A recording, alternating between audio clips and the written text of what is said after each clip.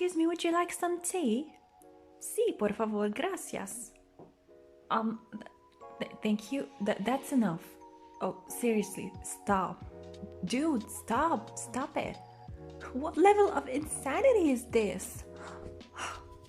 Okay, now that I've got your attention, I have a very serious question for you. Can you by any means relate to this teacup? Let me clarify my question by putting out this narrative. This teacup is your brain, and the tea is all the info that you want to squeeze into your brain. By overpouring, you can obviously see what disaster you've caused. Now, let me ask again. Can you by any means relate to this teacup? This lesson is designed to give you maximum benefit with very little info, not to overflow your your brain with unnecessary info. So sit back and enjoy. Going to talk about el género masculino y femenino. This means the gender of the nouns, whether they're masculino, masculine, or femenino, feminine. Now, las cosas pueden tener género masculino o femenino. This means that things can be considered masculino or can be considered femenino. For example, el libro, la palabra, the word el libro is masculino. And la palabra, the word la casa, which means house, is femenino. Now, ¿cómo podemos saber si es masculino o femenino? How can we know if this word is masculino or if it's femenino? No podemos pensar en nuestro idioma porque puede ser diferente. No, we cannot think in our own native language and compare it to Spanish because it can be different. For example, la palabra la mesa, which means the table, is feminine in Spanish, es femenina. But la palabra il tavolo, the word il tavolo means, again, the table, but it's in masculino. So we cannot compare Spanish to any other language. We have to think only in Spanish. Now, how do we know? We have to look at la marca de género, which means the end of the word. For example, here we have niña, niño, amiga, amigo, chica, chico. All these words have something similar to them. If you didn't notice, some of the words end with the letter A and other words end with the letter O. And this is what gives it away. So we're going to have a look at this chart. In the Masculino chart, we're going to see that words that end with an O, usually this is an indicator that this is a Masculino word. For example, el libro, the book, el niño, the boy, el pelo, the hair, el ojo, the eye. All of these words end with the letter O, so this means this is a Masculino word. Now, we have some exceptions, some words that end with the letter A, such as el mapa, the map, el poema, the poem, el problema, the problem, and el día, the day. These words end with the letter A, but are some exceptions. You have to kind of memorize them because there's no general rule for them. You have to kind of memorize them.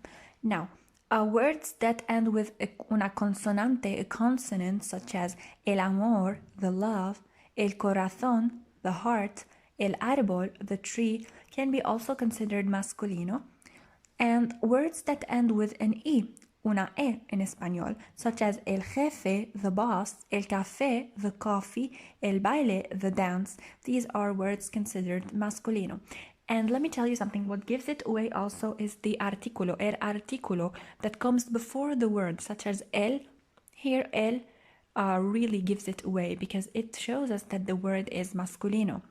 So if you have, let's say, a phrase or a word that comes with un artículo, an article before the word, this can help a lot. So when you see el, this refers to masculino, and when you see la, this refers to femenino. Now, in the Femenino chart, words that end with an A are usually considered femenino, but there are some exceptions that you also have to memorize, such as words la casa, the house, la niña, the girl, la silla, the chair, and la cama, the bed. These are words that end with an A and are considered femenino. The exceptions, words that end with O and are femenino, such as la moto, the motorcycle, la radio, the radio, la mano, the hand, la foto, the photo. So, as well, we have consonante, consonants that end with a random letter that are considered femenino, such as la canción, the song, la ciudad, the city, la flor, the flower.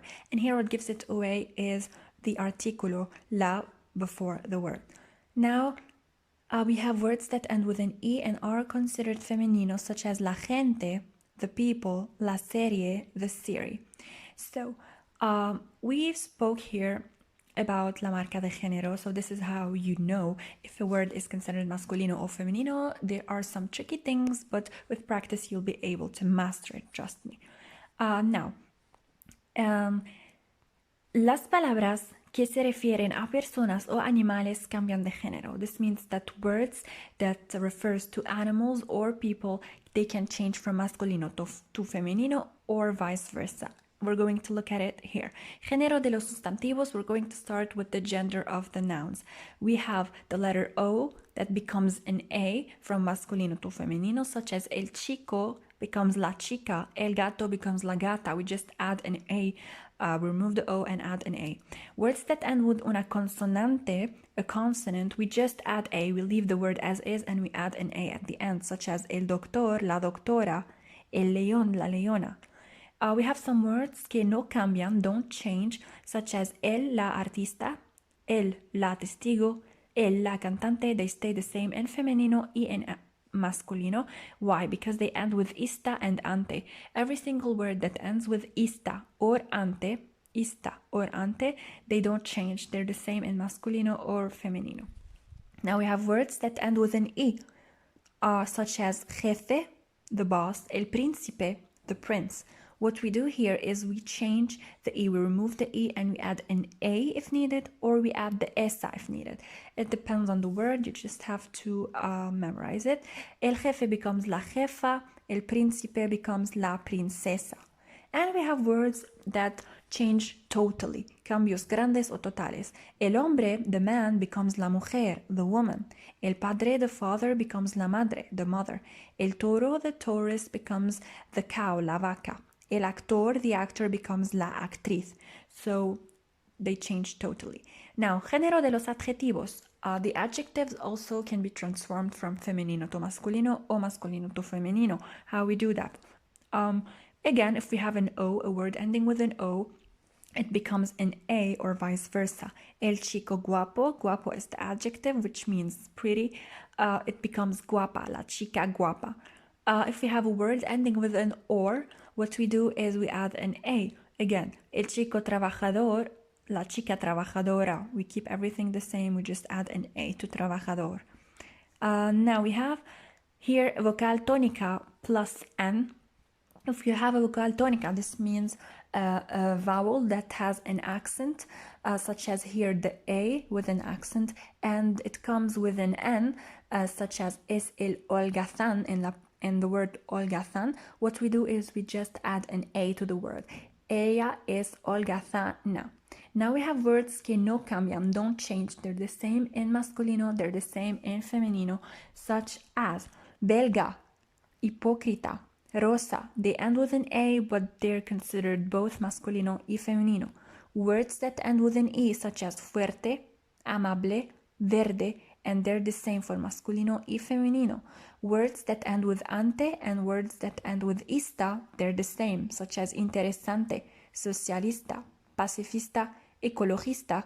These words are the same in masculino y femenino.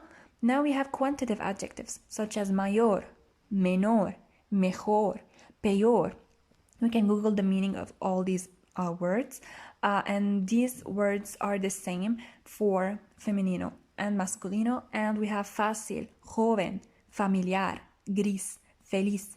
These words end with consonante, a consonant, but they're the same. So you just kind of have to memorize them. And with practice, trust me, practice makes perfect. It will make things much easier. Now we have a little practice for you, a little exercise that you can do to see if you assimilated everything. You can rewatch the video and then come back and do these exercises. Now, el chico fuerte, how do we transform this into femenino? I'm gonna give you a few seconds. You can pause the video and try to guess what the answer would be. It becomes la chica es fuerte. Fuerte stays the same. I'm sorry. El chico becomes la chica. Here we have la jefe trabajadora. How do we transform it into masculino? It becomes el jefe trabajador. Trabajadora becomes trabajador. We just remove the A. And la jefe becomes el jefe. Our last example is el gato gris, the gray cat. How do we transform it into femenino? It becomes la gata gris. El becomes la, gato becomes gata, and gris stays the same for masculino y femenino. Now that you've mastered the art of el género, why don't you check out some of the vocab videos? They're short and sweet, just like you. We don't want to overboard your brain with a lot of information, remember? So thank you for watching, like and subscribe. Thank you so much. Adios.